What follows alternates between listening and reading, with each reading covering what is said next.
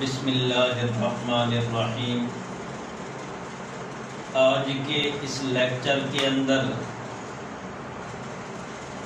ہم نے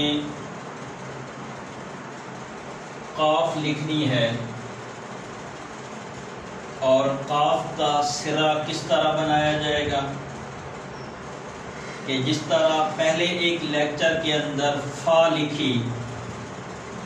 اور فا کا سرا اس طرح بنایا تھا کہ سب سے پہلے ایک نقطے کی شکل یوں بنائیں گے اور اسی نقطے کو پھر اوپر کی طرف یوں گول کریں گے ایسے،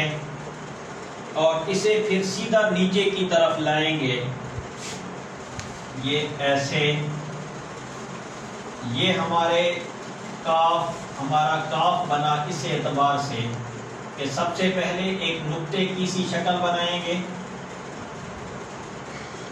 ایسے، اور یہ نقطہ یہ اس کا جو سرا بنانا ہے کاف کا، یہ اندر سے فل ہونا چاہیے۔ یہ مکمل طور پر اسے ہم یوں بنائیں گے ایسے، اندر سے فل، اور پھر یہ سیدھا اسے نیچے کی طرف لائیں گے۔ یہ اس کا نیچے والا حصہ بالکل یوں، اور اس سے اس کا جو اوپر والا حصہ ہے اب یہ کتنے فاصلے پر ہونا چاہیے؟ یہاں یہ 2 قط کے فاصلے پر ہونا چاہیے، کیونکہ نون ہم نے 3 قط کے فاصلے پہ بنائی تھی، تو 1 قط یہاں آیا اور اس سے آگے 2 قط کا فاصلہ مزید اسے لمبا کریں گے، اور اس کے بھی نیچے والا جو حصہ ہے اس کا فاصلہ بھی یہ 4 قط کا ہونا چاہیے، 4 قط کا۔ اب اسے ہم سیدھا نیچے کی طرف یوں لائیں گے تو یہ ہماری کاف بنے گی۔ سب سے پہلے اس کاف کے سرے کو بنائیں گے کہ کاف کا سرا یوں گول ہونا چاہیے، ایک نقطے کی سی شکل بنائیں گے ایسے، اور پھر اسے سیدھا نیچے کی طرف لائیں گے، اور اس کا جو اوپر والا حصہ ہے یہاں یہ 2 قط کی لمبائی ہونی چاہیے درمیان میں، اور پھر اس کے بعد اسے سیدھا نیچے کی طرف یوں لائیں گے ایسے، اور اس کے جو درمیان والا حصہ ہے اس کا فاصلہ 4 قط کا ہونا چاہیے، تو یہاں ہم لگا دیں گے 4 قط، 1 قط، 2 قط، 3 قط اور 4 قط، اور اس سے نیچے جو فاصلہ ہونا چاہیے وہ 2 قط، جو کہ میں شروع کے لیکچروں کے اندر بھی یہی بات بتا چکا ہوں کہ یہ جو ہمارا گول دائرہ، یہ جو ہمارا غنہ ہے جس پر لام اور نون بنتی ہے، یہ الف سے بنتے ہیں، اور پہلے سیدھی الف لکھیں گے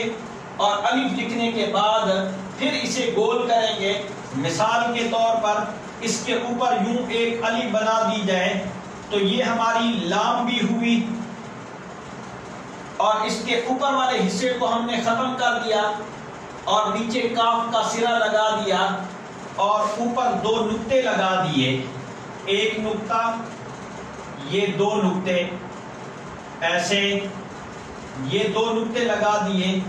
تو یہی ہمارا لفظ قاف بنا۔ اب اس قاف کے اگر سرے کو مٹا دیا جائے اور درمیان میں نقطہ لگا دیا جائے تو یہی نون بنے گا، سمجھ آ گئی؟ تو اصل میں یہ وہ غنہ اور گول دائرہ تھا جو مکمل اس لکھائی کا نچوڑ، مکمل اس لکھائی کا منبع ہے، جس سے ہماری لکھائی کے اکثر الفاظ بنتے ہیں۔ تو آج انہی الفاظوں میں سے ایک لفظ کاف بھی ہے، جو کاف انہی گول دائرے سے بنا۔ تو کاف کے بنانے کا یہ طریقہ ہے، اور یہ آج کے ہمارے لیکچر کے اندر یہ ایک سبق قاف بھی ہے، اور کاف کا مکمل طریقہ